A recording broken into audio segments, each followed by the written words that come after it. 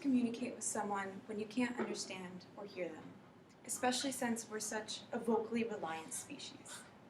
However, statistics stated that in 2018, 466 million people experienced hearing loss, and this is only estimated to rise to 900 million in 2050.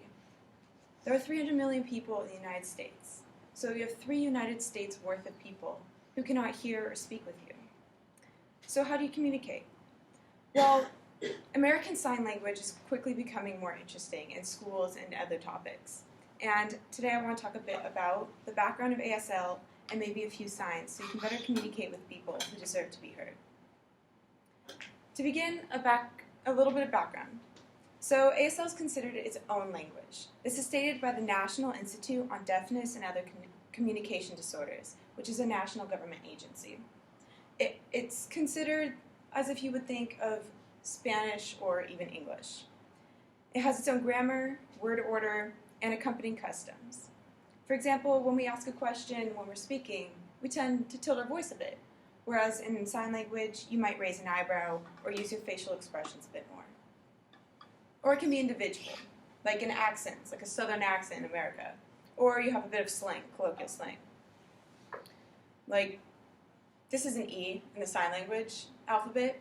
However, some people just do a screaming E. There's no reason, it's just how it is. The forms of sign language vary across regions, and American Sign Language is used for North Americans, whereas in France you'd use French Sign Language. So most signers recommend that you memorize the alphabet, which is called finger spelling if you want to communicate with people. However, this is something you kind of need to practice a bit every day, and I can't really show you all and teach you in the 4 minutes I have for this speech. But I recommend, if you have time or if you have any interest, maybe learn how to fingerspell a bit, and you can just introduce your name or start up a conversation. Now, I do want to show you guys a few different phrases, and according to Easter Sales, a blog for people who experience hearing loss and other disabilities related to communication, there are a few basic signs that you should know.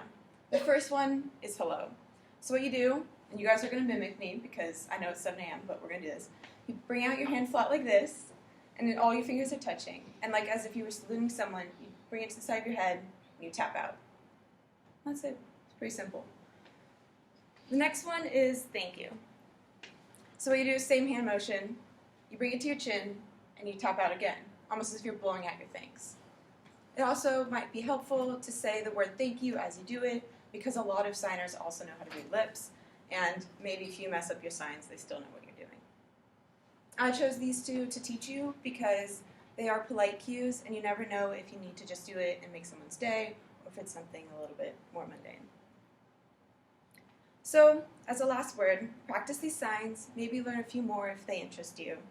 And rather than ignoring signers due to fear of not knowing how to communicate or not knowing the language, try to engage and start with maybe saying hello.